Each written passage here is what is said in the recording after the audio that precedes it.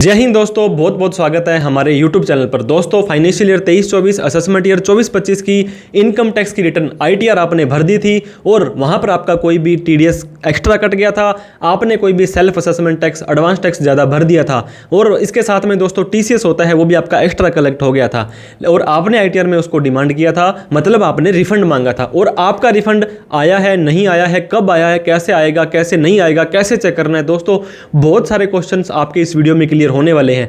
13 तरह की जो पॉसिबिलिटी है वो हम इस वीडियो में डिस्कस करेंगे। मैं आशा करता हूं कि दोस्तों इस जो वीडियो के अंदर हम डिस्कशन करेंगे उसके अलावा बाहर आपका कोई भी केस नहीं जाने वाला है। तो मेक श्योर करें इस वीडियो के लास्ट तक आप बने रहें। आपको प्रैक्टिकली स्टेप बाय स्टेप मैं पोर्टल पर लेकर के जाने वाला हूं और वहां पर बताऊंगा कि आप अपने इनकम टैक्स के रिफंड को किस तरह से कैसे कैसे ट्रैक कर सकते हैं। तो देर ना करते हुए वीडियो को स्टार्ट करते हैं। वीडियो अच्छी लगी हो तो लाइक जरूर करें और हमें फॉलो सब्सक्राइब करना ना भूलें। तो दोस्तों, आपने भी अपनी इनकम टैक्स की रिटर्न भर दी थी, तो सबसे पहला काम आपको क्या करना है, आपको अपनी ITR को वेरीफाई करना है। फॉर एग्जांपल, जैसे आप अपने इनकम टैक्स के पोर्टल पर आएंगे, व्यू ITR स्टेटस के ऊपर आपको क्लिक कर देना है। जैसे आप क्लिक करेंगे तो मैंने आपको बताया था कि 4 स्टेप में आपकी ITR प्रोसेस होती है। सबसे पहला स्टेप मैं आपको बताना चाहता हूं, जिस दिन आपने ITR लगाई थी, ये देखिए दोस्तों, सपोज करो 28 जुलाई को हमने ITR लगाई थी। उसके बाद में उस ITR को आपको वेरीफाई करना होता है और ये वेरिफिकेशन आपको 30 दिन के अंदर अंदर करनी होती है। आपको पता होगा काफी सारे ऑप्शन आपको यहाँ पे दिए जाते हैं। आधार OTP से कर सकते हैं, नेट बैंकिंग से कर सकते हैं, इसके बाद में बैंक EVC जो बैंक में आपका नंबर दिया गया है वहां से आप कर सकते हैं। जब भी ITR आपकी आप वेरीफाई कर देंगे, इसके बाद में आपकी ITR प्रोसेसिंग में जाएगी और प्रोसेसिंग में जाने के बाद में आपकी प्रोसेसिंग कंप्लीट हो जाएगी। तो मतलब ये चारों ही स्टेप आपके कंप्लीट होने जरूरी हैं। सबसे पहले तो ये देख लें कि क्या आपका जो ITR है ये पहले स्टेप पर ही तो यहाँ पे अटका नहीं हुआ है। इसके बाद में ITR को वेरीफाई जरूर कर दें। वेरीफाई के कुछ दिनों बाद या सेम डे ही वो प्रोसेसिंग में चली जाती है और उसके बाद में ही आपकी ITR प्रोसेस होती है। जैसे कि हम यहाँ पे आपको दिखा पा रहे हैं कि 26 जुलाई को ये ITR लगी थी और 27 जुलाई को आपकी ITR वेरीफाई हो गई थी, क्योंकि वेरीफाई करना बहुत जरूरी है। उसके बाद ही आपकी ITR ये प्रोसेसिंग के अंदर जाने वाली है। जब आप अपनी ITR को वेरीफाई कर देंगे, ये देखिए एक और एग्जांपल, ITR को फाइल किया, ITR को वेरीफाई किया, इसके बाद में आपकी ITR प्रोसेसिंग में चली गई। 10 जून को दोस्तों हमने ITR को वेरीफाई किया था और 19 जून को ये वेरीफाई में चली गई थी और 19 जून को ही प्रोसेस हो गई थी। तो ऐसा कोई जरूरी नहीं है कि जिस दिन आपकी ITR वेरिफिकेशन में चली जाएगी अंडर प्रोसेसिंग में उसी दिन ही प्रोसेस होगी। यहां पर भी थोड़ा सा गैप हो सकता है। तो सबसे पहला काम आपको यह करना है कि आपको अपनी ITR का जो स्टेटस है, व्यू ITR स्टेटस है, जब ऐसे इनकम टैक्स के साइट पर पोर्टल पर लॉगिन करेंगे तब आपको इन चारों स्टेप्स में से क्या दिखाई दे रहा है, सबसे पहले आपको ये अपना चेक कर लेना है। क्योंकि जब तक आपका ये चौथा स्टेप यहाँ पे प्रोसेसिंग कंप्लीट में नहीं चला जाता है, आपका रिफंड नहीं आएगा, नहीं आएगा, नहीं आएगा। तो आपको सबसे पहले आपकी ITR को वेरीफाई प्रोसेसिंग है वो कंप्लीट करवानी है। अब दूसरा तरीका मैं आपको दोस्तों बताना चाह रहा हूं, अगर आपकी ITR प्रोसेसिंग कंप्लीट हो गई है तो आपको अपना रिफंड चेक करना है कि मेरा रिफंड कैसे आया था। तो आपको क्या करना है, सबसे पहले ई फाइल जो सेकंड ऑप्शन दिया जा रहा है, इनकम टैक्स रिटर्न, इसके बाद में view filed income tax return की भरी हुई रिटर्न को आप चेक करिए। इसके बाद में आपको इस तरह का ऑप्शन दिखाई देगा, refund credited to your bank. अगर आपका रिफंड जारी हो गया है तो आपके बैंक अकाउंट में आया है, नहीं आया, अगर नहीं आया तो ऐसा दिखाएगा प्रोसेस्ड विद रिफंड ड्यू। आपका रिफंड 19 तारीख को ITR प्रोसेस हुई थी और 20 तारीख को आपके अकाउंट में क्रेडिट हो गया था। और डिटेल में देखना चाहते हैं तो व्यू डिटेल के ऊपर आपको चले जाना है। जैसे व्यू डिटेल में जाएंगे तो ये देखिए यहाँ पे आपको अमाउंट भी बता देगा, थोड़ा सा ज्यादा अमाउंट आपको मिलेगा क्योंकि आपको पता है यहाँ पे इंटरेस्ट भी आपको मिलता है। इसके बाद में रिफंड स्टेटस पर आपको क्लिक कर देना है। दोस्तों, रिफंड स्टेटस के अंदर यहाँ पे आपको 2-3 ऑप्शन देखने को मिल सकते हैं। सबसे पहले तो असेसमेंट ईयर आपको अपना सेलेक्ट करना है, जो कि आपका असेसमेंट ईयर 24-25 होगा। 24-25 सेलेक्ट करने के बाद में नीचे आपको सबमिट के ऊपर क्लिक करना है। तो अगर आपको इस तरह का बड़ा सारा मैसेज दिखाई दे रहा है तो दोस्तों कांग्रेचुलेशन है, क्योंकि ये बोलता है कि आपका रिफंड है, प्रोसेस हो चुका है इस तारीख को।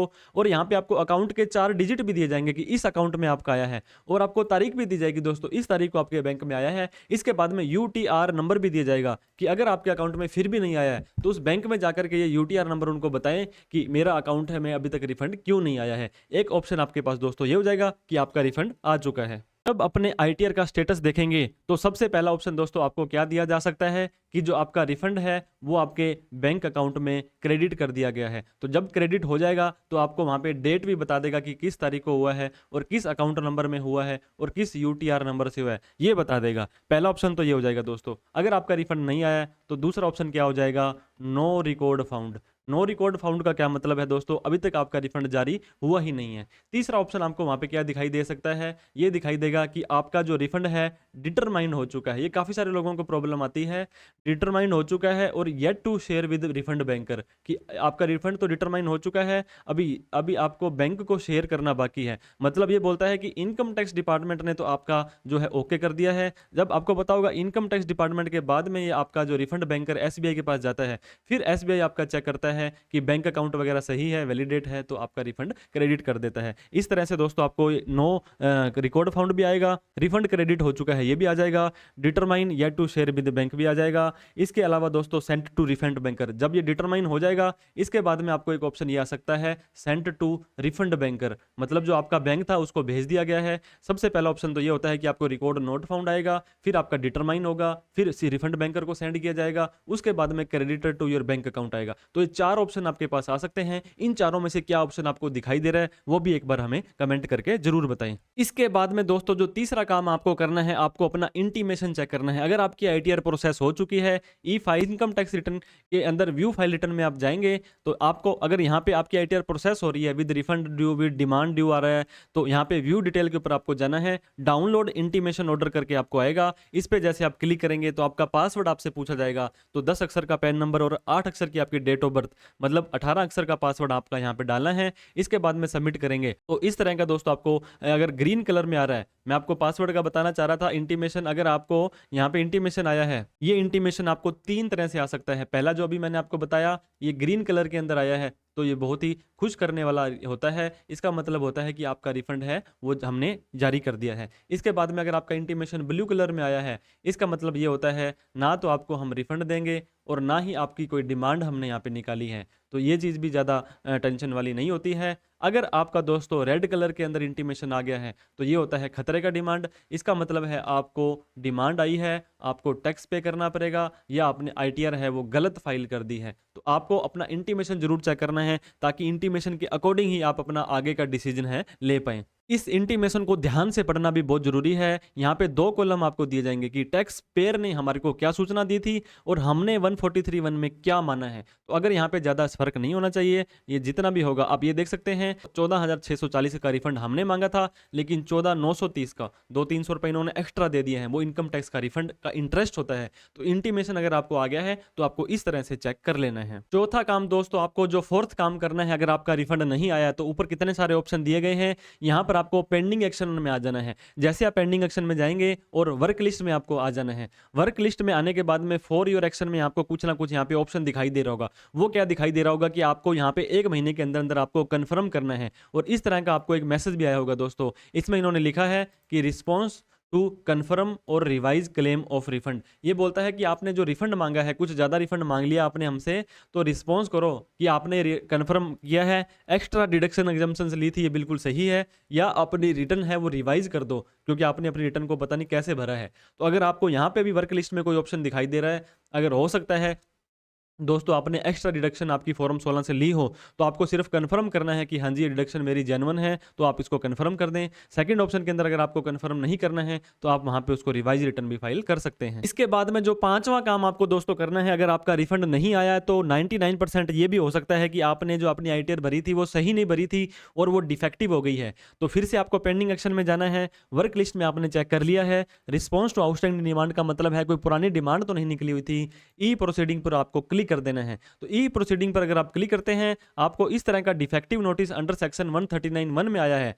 तो आपको पता होगा ऐसा अगर नोटिस आ जाता है तो 15 दिनों के अंदर अंदर या तो इस नोटिस का रिप्लाई देना होता है, या दोस्तों आपको रिवाइज आईटीआर फाइल करनी होती है, ताकि आपके अंदर जो यहाँ पे इस आईटीआर में जो कमी रहेगी थी, जब भी आप इसको व्यू नोटिस ऑर्डर पर जाएंगे तो आपको यहाँ पे जो भी आईटीआर के अंदर कमी होगी वो दिखा देगा। जैसे आप इस पे जाते हैं, सबमिट रिस्पॉन्स पर जाते हैं, तो इस तरह आपको जो भी एरर होगा, जो भी कमी होगी, ये बोलता है कि आपने आईटीआर 1 भर दी थी और आपका इस सेक्शन के अंदर कोई इनकम वगैरह आ रही थी तो आईटीआर 1 है, आप नहीं भर सकते हैं। तो ये बोलता है कि इस तरह के प्रेजेंट ही नहीं होते हैं आईटीआर भरने के लिए, तो ये चीजें आपको यहाँ पे ध्यान देनी है। तो दोस्तों पेंडिंग एक्शन के अंदर जाकर के आपको अपनी ई प्रोसीडिंग में जाकर के कोई भी कमी हुई है, यहाँ पे कुछ कमी दिखा रहा है, तो ई प्रोसीडिंग में मोस्ट ऑफ द केसेस में तो 139(9) की डिफेक्टिव का आपको यहाँ पे नोटिस आ सकता है, तो उसको भी आप ध्यान में दें। अगला काम मैंने आपको बताया था outstanding demand, response to outstanding demand पर भी आपको जाकर के देख लेना है। इसके बाद में दोस्तों जो नेक्स्ट काम काम आपको करना है ई प्रोसीडिंग में जाकर के रिस्पॉन्स टू आउटस्टैंडिंग डिमांड।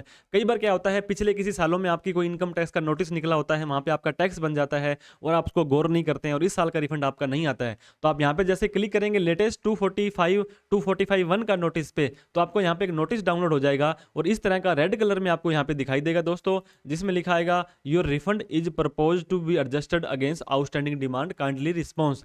तो इस तरह का अगर आपको मैसेज आया तो ये भी आपके लिए चिंता का विषय है। ये बोलता है कि आपकी पिछले साल की किसी भी साल की हमने आपसे टैक्स मांगना था, आपने वो दिया नहीं हमें, तो इस साल का रिफंड है हम आपको नहीं देंगे। देंगे तो पहले आपका पिछला जो है आपकी डिमांड है उसको एडजस्ट करेंगे, आउटस्टैंडिंग डिमांड। ये सेक्शन 245 का नोटिस होता है दोस्तों, तो इसके अंदर भी काफी सारी चीजें आपको ध्यान में देनी है। अगर आपकी कोई पुरानी डिमांड थी तो उसको पहले आप क्लियर कराएं, तभी आपका इनकम टैक्स का रिफंड आ पाएगा। इसके बाद में एक और चीज दोस्तों मैं आपको जो बताना चाह रहा था, आपको मैंने बताया था अगर आप यहाँ पे जाते हैं पेंडिंग एक्शन के अंदर, यहाँ पे आपको वर्क लिस्ट में आपने चेक कर लेना है कोई पेंडेंसी तो नहीं है। रिस्पॉन्स टू आउटस्टैंडिंग डिमांड में देख लेना है कि कोई पुरानी डिमांड तो नहीं निकली हुई है। ई प्रोसीडिंग में देख लेना है कि 139 की डिफेक्टिव इनकम टैक्स तो आपका नहीं हो गया है। इसके बाद में आपको रिपोर्टिंग नहीं करनी होती है। कई बार कंप्लाइंस पोर्टल पर भी आपको यहाँ पे कई चीजें कंप्लाई करनी होती है, तो कंप्लाइंस पोर्टल पर क्लिक करके प्रोसीड पर आपको क्लिक कर देना है। जैसे आप क्लिक करेंगे तो आपको यहाँ पे देखिए इस तरह का कई ऑप्शन दिखाई देंगे। ई वेरिफिकेशन के अंदर अगर आपने कोई, ये देखिए पेंडिंग फॉर रिस्पॉन्स के अंदर नो रिकॉर्ड फाउंड है, मतलब कुछ भी पेंडेंसी आपकी नहीं है।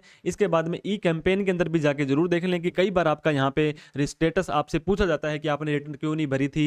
कई बार जो है हाई वैल्यू की ट्रांजेक्शन्स की आपको जो सूचनाएं आती हैं, तो यहाँ पर भी कोई ना कोई चीज़ अगर आपकी ऐसी शो हो रही है तो उसको भी अपनी आरटीआर में उसको प्रोसेस करें। यहाँ पे कोई पेंडेंसी आपकी नहीं होनी चाहिए। इसके बाद में दोस्तों जो अगला काम आपको कर लेना है, अगर आपका इनकम टैक्स का रिफंड नहीं आया है तो आपको अपनी प्रोफाइल में जाना है, जहाँ पे ऊपर आपको नाम दिखाई दे रहा है माई प्रोफाइल पे आपको क्लिक कर देना है। माई बैंक अकाउंट पर आपको आ जाना है। दोस्तों ये देखिए फेल्ड बैंक अकाउंट में भी आपके दिखा रहा है। एडेड बैंक अकाउंट के अंदर आपको क्या करना है दोस्तों, आपका अकाउंट वैलिडेट होना जरूरी है और ईवीसी एनेबल हो या ना हो इसकी कोई टेंशन वाली बात नहीं है।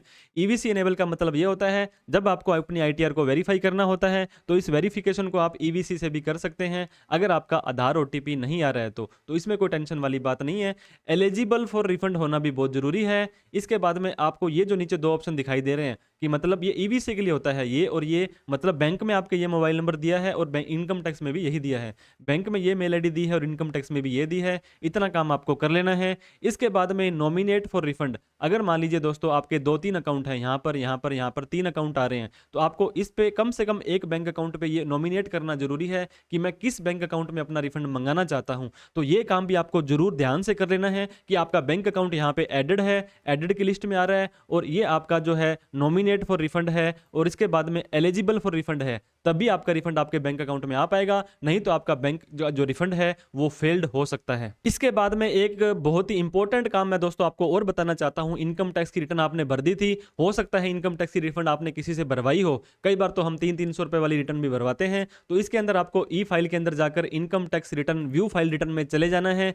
यहाँ पे जाने के बाद में आपको पहले तो ये चेक कर लेना है AY 24-25 आपकी साल की आईटीआर भरी है या नहीं भरी है, और अगर आपको भरी है तो डाउनलोड रिसीट पर आपको क्लिक कर देना है। एक पीडीएफ की फाइल आपके लिए डाउनलोड हो जाएगी। ये पीडीएफ डाउनलोड होने के बाद में आपको यहाँ पे चेक करना है कि आपने कुछ रिफंड मांगा भी है या नहीं मांगा है। फॉर एग्जांपल इस इनकम टैक्स की रिटर्न में अगर आपने ये प्लस का निशान दबाया है तो इसका मतलब ये है कि टैक्स पेबल है, आपको कुछ टैक्स भरना था। अगर आपका माइनस का निशान आया है इसका मतलब है कि रिफंडेबल है। तो यहाँ पे आप देख सकते हैं 25,000 रुपये हमारा टीडीएस कटा था, लेकिन 21,000 रुपये हमारा वापस आ रहा है। तो ये भी मेक श्योर कर लें। वैसे तो ये बहुत छोटी सी बात है, लेकिन कई बार ये होता है कि हम आईटीआर में इस रिफंड को मांगते नहीं है और हम चेक कर रहे होते हैं कि हमारा रिफंड नहीं आया। तो आईटीआर के अंदर आप अपना रिफंड कितना डिमांड की थी आपने, वो भी एक बार जरूर देख लें। दोस्तों एक और इंपॉर्टेंट काम मैं आपको बताना चाह रहा हूं। अगर आपने इनकम टैक्स की रिफंड में अपना रिफंड मांगा था, लेकिन आपने क्या किया, आपका जो टीडीएस कट गया था, आपको पता होगा जब भी आपका टीडीएस कटता है तो आपका वो टैक्स बन रहा होता है तभी आपका टीडीएस कटता है।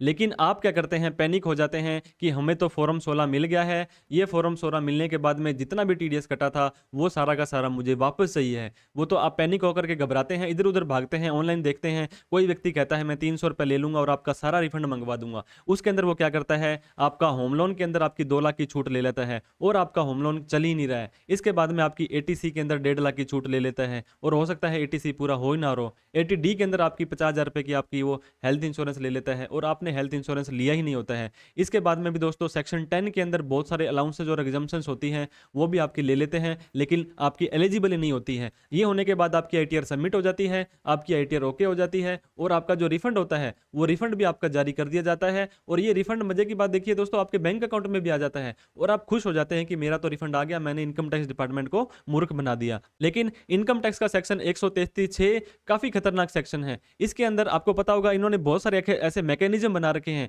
जो कि फेक डिडक्शन को, एग्जम्पशंस को पकड़ने के लिए इनको इंटीमेशन देता है, सूचना देता है। तो अगर आपने भी फेक डिडक्शन ली थी तो 1 साल बाद, 2 साल बाद बहुत सारे क्लाइंटों को ऐसे नोटिस आते हैं जहां पर वो पूछते हैं कि आप अपना प्रूफ दीजिए कि आपने जो एक्स्ट्रा छूट ली थी, आपके फॉर्म नंबर 16 में कितनी आई थी और आपने जो है ये जो आपने जो एडिशनल डिडक्शन ली थी इसका प्रूफ दीजिए। इसके साथ साथ में ये ऐसा और पूछते हैं कि आपके टैक्स प्रोफेशनल का नंबर, उसका मेंबरशिप नंबर, उसकी सीए है तो आपने किससे रिटर्न भरवाई थी वो भी डिटेल दीजिए। तो आप एक चार्टर्ड अकाउंटेंट से रिटर्न भरवाएंगे तो वो कभी भी आपको रेकमेंड नहीं करेगा कि आप फेक डिडक्शन ले लीजिए। तो इस चीज का आपको विशेष ध्यान रखना है ताकि आपको रिफंड लेने के बाद भी कोई दिक्कतों का सामना ना करना पड़े। इसके बाद एक और काम आपको जो करना है, अगर आपका रिफंड नहीं आया तो मैंने आपको बताया था, सबसे पहले तो आपको यहाँ पे देखना है अगर आपकी आईटीआर प्रोसेस हो चुकी है और आपका रिफंड जारी हुआ है लेकिन आपका बैंक अकाउंट वैलिडेट नहीं था तो आपको रिफंड रीइश्यू की रिक्वेस्ट लगानी होती है। वो सर्विसेज के अंदर जाकर के ये आप देख सकते हैं रिफंड रीइश्यू का ऑप्शन यहाँ दिखाई दे रहा है। रिफंड रीइश्यू पे आपको सिंपली क्लिक कर देना है। यहाँ पे आपको दिखाई देगा रिफंड रीइश्यू, तो यहाँ पे आपको क्रिएट रिफंड रीइश्यू पर क्लिक करना है। यहाँ पे पिछले किसी भी सालों का आपका रिफंड जो फेल्ड हो गया था वो आपका यहाँ पे दिखाई देगा। इसके ऊपर सिंपली किसी भी साल पे जिस साल का करना है, अलग अलग साल की अलग अलग रिक्वेस्ट लगेगी, उस साल को क्लिक करके कंटिन्यू करना है। फिर आपके बैंक की लिस्ट आ जाएगी कि कौन से बैंक में आपने मंगवाना है। कम से कम एक अकाउंट वैलिडेट होना जरूरी है। वो करने के बाद में आपको जैसे अपनी आईटीआर को वेरीफाई करते हैं वैसे ही इस रिफंड रीइश्यू की रिक्वेस्ट को भी आपको वेरीफाई करना है। तो ये काम आपको दोस्तों कर लेने हैं। एक और काम, अगर आपकी आईटीआर अभी तक प्रोसेस नहीं हुई है और आप चाहते हैं कि जल्दी से प्रोसेस हो जाए तो एक ग्रीवेंस का ऑप्शन आपको यहां पे दिखाई दे रहा है। सबमिट ग्रीवेंस पे आपको क्लिक कर देना है। लेकिन इस ग्रीवेंस पे क्लिक करने से पहले आपको देख लेना है कि आपकी आईटीआर आपने कब भरी थी। इसमें आपको पता होगा जो आपका सीपीसी है, सेंट्रलाइज प्रोसेसिंग सेंटर होता है बेंगलोर वाला, वो आपकी आईटीआर प्रोसेस करते हैं। तो यहां पे आने के बाद में अगर आपका दोस्तों यहां पे प्रोसेसिंग नहीं हो रही है तो प्रोसेसिंग पर क्लिक करें। इसके बाद में प्रोसेसिंग अदर पर क्लिक करके कंटिन्यू पर क्लिक करें। असेसमेंट ईयर 24-25 यहां पे अपनी डिटेल में लिख दें, डिटेल की आपकी प्रॉब्लम क्या आप फेस कर रहे हैं। तो इस बॉक्स के अंदर मैंने लिख दिया कि मेरी आईटीआर अभी तक प्रोसेस नहीं हुई है। मैंने यहाँ पे आईटीआर में अपनी रिफंड मांगा था और इसको मेरे को बहुत ही जरूरी है, अर्जेंट है, मुझे मेरा रिफंड लेना है। तो मेरी आईटीआर को जल्द से जल्द प्रोसेस किया जाए और मेरा रिफंड जारी किया जाए। इस तरह से आप सबमिट ग्रीवेंस कर देते हैं तो आपकी ग्रीवेंस सबमिटेड सक्सेसफुली हो चुकी है। मतलब आपने इनकम टैक्स डिपार्टमेंट को कंप्लेन कर दी है कि मेरा रिफंड जल्दी से जल्दी जारी किया जाए, मेरी आईटीआर प्रोसेस की जाए। हालांकि इसका जो ज्यादा फर्क नहीं पड़ता है, ये अपने मन को समझाने के लिए हम ग्रीवेंस करते हैं। इनका रिप्लाई जो आएगा इनकम टैक्स डिपार्टमेंट का, वो बोलते हैं कि हमारे वेरियस ऑटोमेटेड टूल्स होते हैं जो हमारे रिस्क पैरामीटर हैं, हम उनको चेक करेंगे फिर ही हम आपकी आईटीआर प्रोसेस करेंगे। लेकिन ये काम भी आप अपना कर सकते हैं। लास्ट में जाते जाते दोस्तों मैं आपको एक और लास्ट सोल्यूशन देना चाहूंगा। इसके अंदर अगर मैंने आपको बताया आपने अपनी आईटीआर भर दी है, आपने अपनी आईटीआर को वेरीफाई कर दिया था 30 दिन के अंदर अंदर और आपकी आईटीआर प्रोसेस भी हो चुकी है। प्रोसेस होने के बाद में आपको पता होगा आपका जो रिफंड होता है वो डिटरमाइन हो चुका है। इसके बाद में वो रिफंड बैंकर है जो उसको सेंड कर चुके हैं। अब क्या होता है, बैंक वाले आपका सिलेक्ट करते हैं। बैंक वाले अगर देखते हैं कि आपका बैंक अकाउंट वैलिडेट है तो आपका रिफंड है आपके अकाउंट में क्रेडिट हो जाता है। लेकिन अब आपका क्या हुआ दोस्तों, आपने आईटीआर भर दी, उसको वेरीफाई कर दिया, प्रोसेस हो गई, आपका रिफंड भी डिटरमाइन हो गया, रिफंड बैंकर को भी भेज दिया, वैलिडेट आपका बैंक अकाउंट नहीं था और आपका यहाँ पे क्या हो गया, ये जो रिफंड था ये रिफंड आपका फेल्ड हो गया। फेल्ड होने के बाद में दोस्तों आप पैनिक हो जाते हैं, मेरा रिफंड अब कहाँ गया, क्या होगा क्या नहीं होगा। इसके बाद में आपको क्या करना पड़ता है, मैंने आपको बताया था रिफंड री इशू की रिक्वेस्ट लगानी पड़ती है। लेकिन ये रिक्वेस्ट आप कब लगाएंगे, मैंने भी आपको एग्जांपल में दिखाया था, वहां पे दिखा रहा था कि you are no refund failure, कि आपका कोई रिफंड फेल हुआ ही नहीं है, लेकिन वास्तव में हमारा रिफंड फेल हुआ है। तो इसके अंदर आप क्या कर सकते हैं, रिफंड री इशू की रिक्वेस्ट आपको यहाँ पे शो की जाए, इसके लिए आपको फिर से एक ग्रीवेंस करनी पड़ेगी। वो मैं आपको फटाफट से बता देता हूँ ताकि आपका जो रिफंड है जल्द से जल्द आ जाए। Grievance, submit grievance. इसके बाद में दोस्तों आपको कहां पे जाना है, सीपीसी आईटीआर में चले जाना है। इसके बाद में आपको यहां पे जाना है आपका कम्युनिकेशन, फीडबैक, प्रोसेसिंग, रिफंड। ये देखिए रिफंड का ऑप्शन आपको यहाँ पे दिखाई दे रहा है। रिफंड के बाद में आप यहाँ पे जो भी आपके ऊपर एप्लीकेबल होता है कि मेरा इंटीमेशन ऑर्डर आ गया है, मेरा रिफंड नहीं आया है, रिफंड क्रेडिट नहीं हुआ है, आपको यहाँ पे सिंपली अदर्स में भी जा सकते हैं, कंटिन्यू पे जा सकते हैं, असेसमेंट ईयर 24-25 यहाँ पे आपको लिख देना है। इस तरह की कहानी दोस्तों आपको बना के लिखनी है। मेरी आईटीआर प्रोसेस हो गई है और मेरा रिफंड है वो भी जारी हो गया है, रिफंड बैंकर को भेज दिया है, लेकिन मेरा बैंक अकाउंट वैलिडेट नहीं था तो मेरा रिफंड फेल्ड हो गया है। अब मैं रिफंड री इशू की रिक्वेस्ट लगाना चाहता हूं, लेकिन मेरे पोर्टल पर रिफंड री इशू की रिक्वेस्ट दिखाई नहीं दे रहा है, तो कृपया करके मुझे रिफंड री इशू की रिक्वेस्ट लगाने का मौका दिया जाए। इसके बाद में सबमिट ग्रीवेंस करना है। आपकी ग्रीवेंस, आपकी शिकायत सबमिट हो चुकी है। तो इस तरह से दोस्तों आप अपनी इनकम टैक्स की रिटर्न प्रोसेस हुई है या नहीं हुई है वो देख सकते हैं। दोस्तों आईटीआर, इनकम टैक्स से रिलेटेड किसी भी तरह के कोई डाउट हो,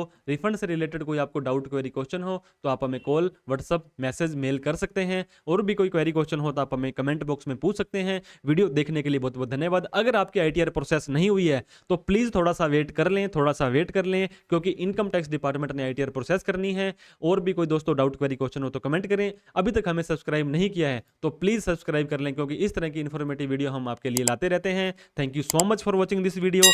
जय हिंद, जय भारत।